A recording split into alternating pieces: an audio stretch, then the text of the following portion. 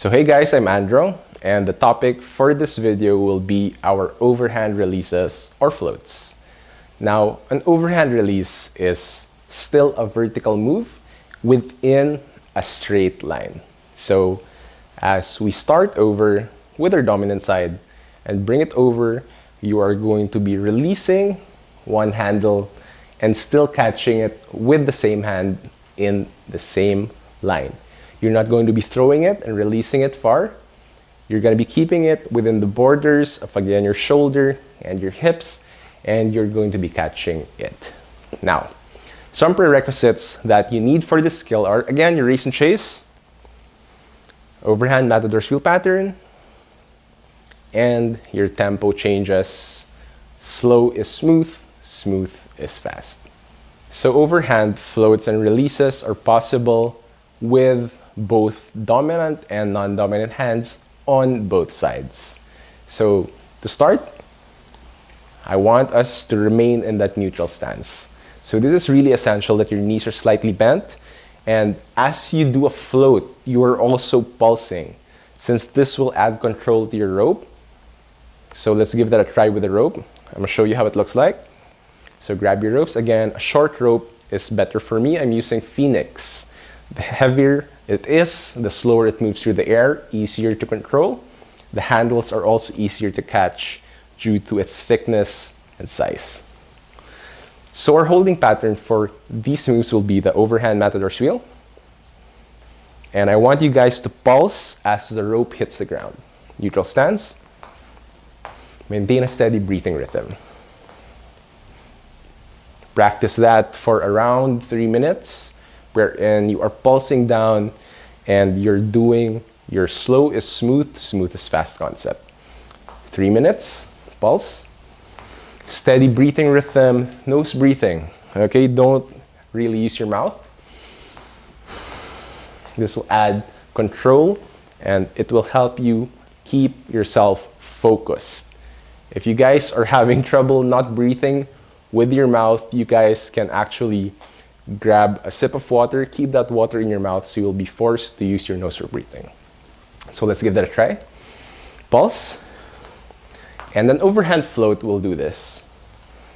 Now, as we start over with our dominant side, right side, as we bring it over to non-dominant, as we do a circle cut, our circle will be us releasing with your right hand. So let's start first with a right hand release over at your non-dominant side or left side. So we're going to do a circle cut. And as we do a circle, we're going to toss that rope with our dominant hand, my right hand. So let's give that a try. Circle, cut, and circle, catch. And back to the overhand matador wheel pattern. Let's do that again. 3 minutes. Practice. Pulse, circle, cut, circle, catch. And back to that overhand matador wheel position.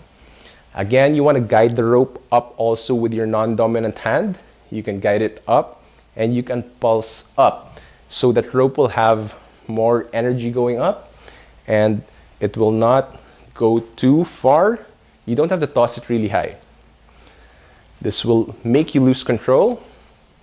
Just keep that release within your hips and your shoulders. So to practice that, you can just start over already at your releasing side with, again, the rope behind your back and directly into that release. This is regression for us to help us understand this pattern. Rope behind you, directly release, catch, and go back to that overhand matador wheel pattern for the purposes of this drill. Okay, so you can practice that 3 to 5 minutes. Behind you, circle, catch, overhand matador wheel. Now this release on the non-dominant side is also possible with a release from your non-dominant hand. So let me show you what it looks like. As we do a circle and cut, still the same thing we did a while ago. Neutral stance, pulses, circle, cut. As we do a circle, this time we're releasing with our non-dominant hand. So as we do a circle, catch. and back to your overhand matador's wheel. So practice this with a circle and cut with the left, catch, overhand matador's wheel. If you guys are comfortable with this and you think this is too easy going through these drills, you can either practice, which I advise, or you can do it alternating. This is a progression to make it more challenging. So as we do a circle and cut, you can release with your left, overhand matador's wheel, and release with your right, and back to your matador's wheel. If you wanna make a simpler version, again, start behind you. You can release with your left and right over at your non-dominant side, and release, catch, overhand matador's wheel, and behind you, release, catch, overhand matador's wheel.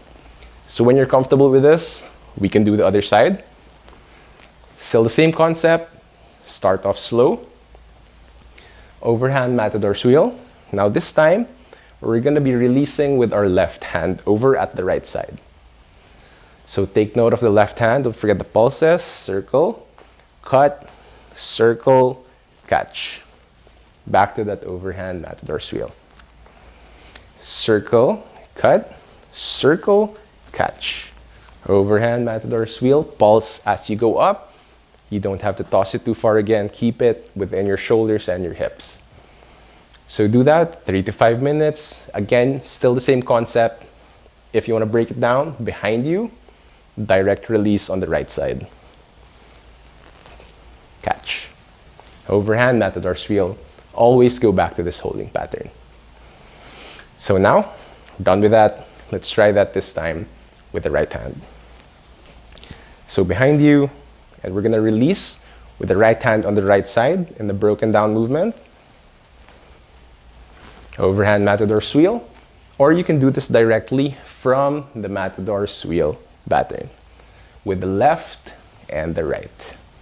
So let's start with the left hand release over at the right side as we do a circle, cut, circle, catch, overhand matador's wheel. Now we're gonna do the right side and release, catch, overhand matador's wheel, and pulse and breathe. And rest. Some variations for the overhand releases are direct transitions.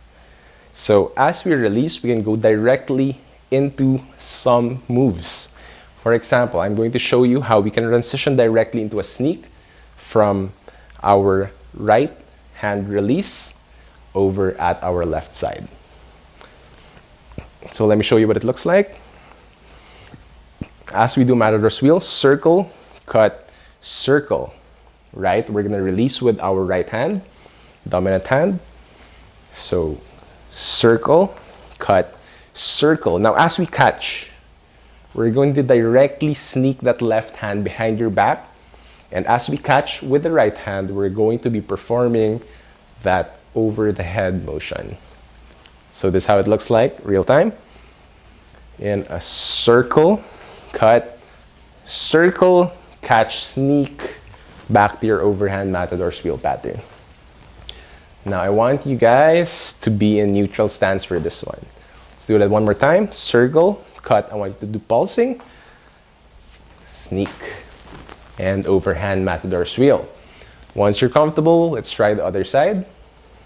So this time the left hand will be going over the head, the right hand will be sneaking behind the back. And we're going to be releasing with the left hand on the right side. So overhand matador's wheel, circle, cut, circle, sneak, overhand matador's wheel. Rest. Again, broken down movement. You want to make it simpler. Start with the rope behind you. Immediately do a release and sneak. Also do this for the other side. You can do this for 3 to 5 minutes. All the drills you can do for 3 to 5 minutes. For the broken down version, normal version, and the more challenging version or the progression. So rope behind you. Let's do that on the right side this time. As we push it over, immediately sneak. And back to your overhand matador's wheel. And rest. So there are many things you can do with this overhand release or floats. You can transition from your north to south. For example, I'll show you the broken down version. As we start with the rope behind, we're still going to be releasing on the left side with our right hand and transitioning directly into underhand. So let's try to give it a go, figure out if you can, or you can do it ahead if you can.